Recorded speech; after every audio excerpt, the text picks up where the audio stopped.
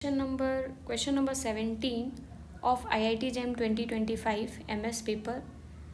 As x1 x2 are normal 0 comma sigma square, and we have z1 defined as this, z2 defined as this, and we have to find which one is not correct, and there is only one statement which is correct. So the first statement is z1 z2 are independent. So clearly ये दिख रहा है कि xi जो है वो normal 0 comma sigma square follow कर रहा है और इंडिपेंडेंट है, आइडेंटिकल भी है.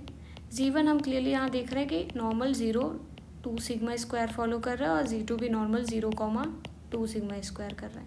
अच्छा, यहाँ से देख के ये बोल सकते हैं कि ये दोनों के दोनों क्या होंगे, आइडेंटिकल होंगे. ये तो दिख रहा है, इनका मीन वेरिएंस सब सेम है, तो ये ऑप्शन तो करेक्ट है. हमसे पूछा क्या है ऑप्शन, कौन सा करेक्ट नहीं है. अब इंडिपेंडेंट चेक करना है, तो हमारे पास एक रिजल्ट होता है कि अगर मेरे पास कोई दो रैंडम वेरिएबल हैं जो कि नॉर्मली डिस्ट्रीब्यूटेड हैं, तो वो इंडिपेंडेंट होंगे इफ एंड ओनली इफ उनका कोवेरिएंस 0 हो. ठीक, तो अगर मैं इनका दिखा दूँ कि कोवेरिएंस 0 है तो मैं बोल दूंगी कि इंडिपेंडेंट है. If and only if condition है हमारे पास. इन जनरल ये ट्रू नहीं होता, सिर्फ इंडिपेंडेंट होगा तभी बोलेंगे कोवेरिएंस 0 है. कोवेरिएंस 0 होगा तो हम हमेशा नहीं कर सकते कि इंडिपेंडेंट है. But this is for normal case. ठीक, नॉर्मली डिस्ट्रीब्यूटेड केस के लिए ये. ठीक, सो नाउ इसको यूज़ करते हैं. तो कोवेरिएंस ऑफ z1 z2 क्या होगा, that is covariance of x1 plus x2 x1 minus x2. तो कोवेरिएंस इसका और इसका क्या होगा, वेरिएंस ऑफ x1 हो जाएगा, that would be variance of x1. फिर कोवेरिएंस ऑफ इसका और इसका, यानी minus of covariance of x1 x2 minus of covariance of x1 x2. फिर कोवेरिएंस ऑफ इसका और इसका, that would be plus of covariance of x1 x2.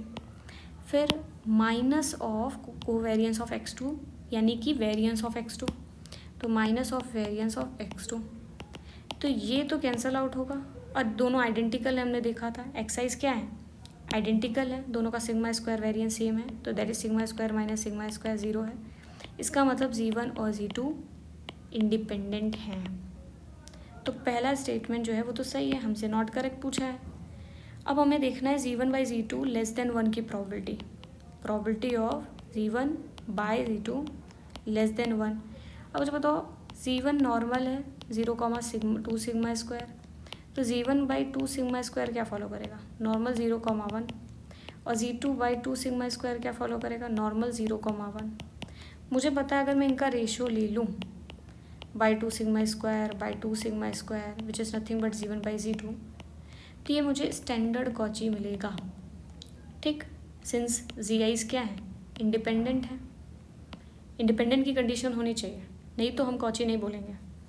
दो नॉर्मल का रेशियो विद देयर मीन है 0, यहाँ पर 0 है, तभी स्टैंडर्ड मिलेगा डिवाइडेड बाय देयर वेरिएंस. और दोनों इंडिपेंडेंट होने चाहिए. तो हमें मिल गया कि ये कॉची फॉलो कर रहे हैं, यानी probability of t less than 1. हमने इसको t ले लिया है और t क्या फॉलो कर रहा है, कॉची 0 कॉमा 1. तो इंटीग्रेट कर देते हैं 0 से 1 बाई पाई. स्टैंडर्ड का PDF ये होता है, तो इसको इंटीग्रेट करेंगे, that would be 1 by pi tan inverse x 0 to 1 by pi tan inverse 1 minus tan inverse 0. tan inverse 0 0 होता है और tan इनवर्स 1 पाई बाई 4 होगा, 1 बाई पाई, यानी ये मिल जाएगा 1 बाई 4, दैट इज़ 0.25. और ऑप्शन में क्या बोला है 0.5, इसका मतलब ये रॉन्ग है. और हमसे क्या पूछा है, नॉट करेक्ट, यानी ऑप्शन नंबर सी. टी चेक करने की ज़रूरत नहीं है, बट फिर भी हम लोग देख सकते हैं. मैंने बताया z1 बाई z2 क्या फॉलो कर रहा है, कॉची 0 कॉमा 1 फॉलो कर रहा है. और ये क्या होगा, z1 square plus z2 square. वैसे तो z1 square plus z2 square divided by 2 sigma square जो होगा वो काई स्क्वायर कहीं ना कहीं फॉलो करेगा.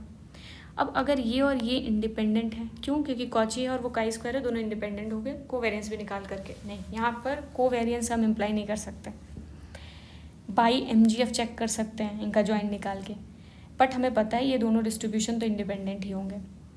अब ये दोनों इंडिपेंडेंट हैं तो इनका ही फंक्शन है, तो ये और ये भी इंडिपेंडेंट होंगे जैसे कि ये दोनों हैं. तो ऑप्शन नंबर डी तो सही है, बट हमसे नॉट करेक्ट पूछा है, तो option number C is correct, क्योंकि वो नॉट करेक्ट है।